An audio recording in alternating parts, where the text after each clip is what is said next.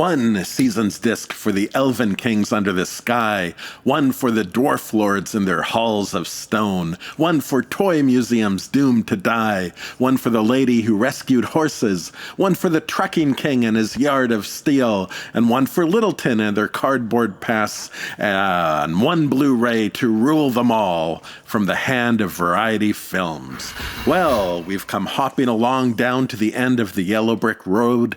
Time for one last visit with the seventh and final installment in Variety Films' season series called New England Seasons. New England is not a state, but a general term for the 6 states that make up the northwest corner of the United States that are not New York.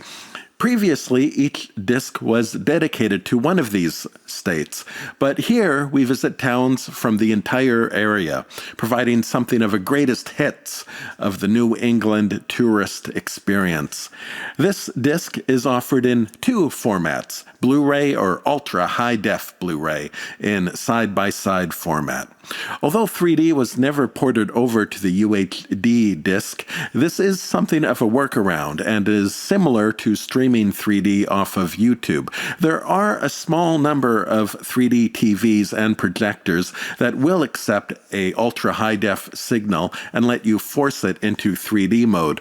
Even though pixels are still sacrificed to squish it all into a single frame, the result is still a higher resolution than what you would get with a standard 3D Blu-ray. To honor that, I considered outputting my review in ultra-high def. However, the AI wiggle algorithm I currently use becomes more error-prone with resolution, and this is already has very strong 3D, which is pushing it to its calculating limits. Now, as a 3D picture show, Jonathan pulls out every camera trick and stereo trick in his arsenal for this final installment in the Seasons series. To achieve the ultra-high-def resolution, we get many shots that use 2 DSLRs mounted on a twin bar.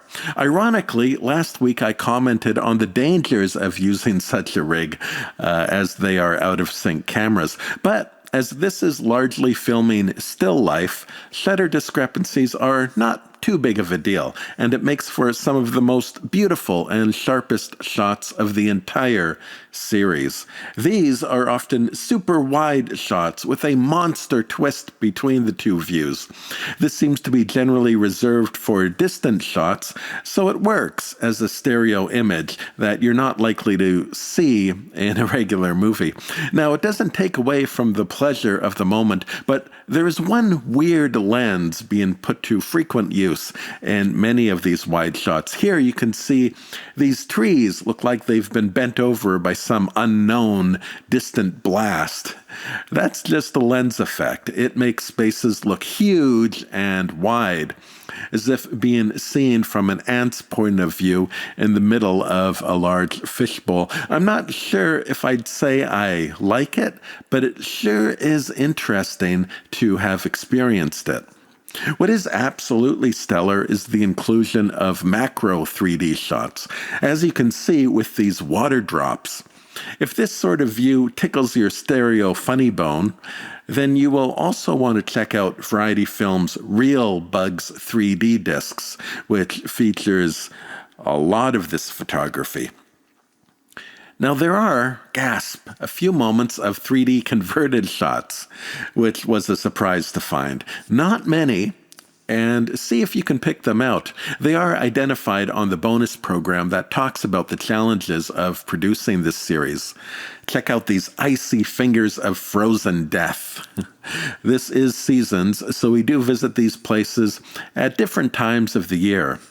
Now there are many, many neat shots, usually set to a light musical ambience or the natural sounds recorded while filming, which, well, in other media is not always a good thing. I once got a CD that was supposed to lull you to sleep with natural sounds of the harbor. And it was natural. Among the sound of water splashing were wailing seagulls, engines running, horns blaring, boxes were being dumped and dragged, scraping and hammering and drilling. And the best part was the longshoremen cursing it all out. But none of that here. This is actually quite perfect to settle in for a relaxing afternoon. As mentioned, visually, this is the best of the 7-disc series. The clumsiness found in the first couple of discs is largely gone. Most images are of a postcard quality.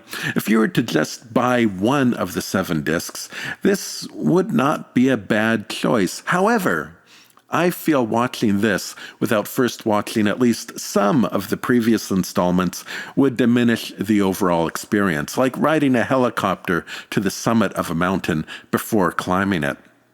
Especially in light of that bonus video, which is a surprisingly candid retrospective from Jonathan, revealing who he is, where he came from, and what led him to start making 3D videos. He also discusses many of the technical aspects of his equipment and the physical and logistical challenges of traveling between 6 states to get all these shots. Now, like any good journey, it ultimately becomes not about the destination, but the people and places met along the way. So often, first times kind of suck, and last days are so often typical. The magic happened somewhere in the middle, usually when you were too busy and not paying attention. But Jonathan challenges us to stop, listen, and take a moment to experience what it is that experience actually feels like, rather than try to remember it from some distant future.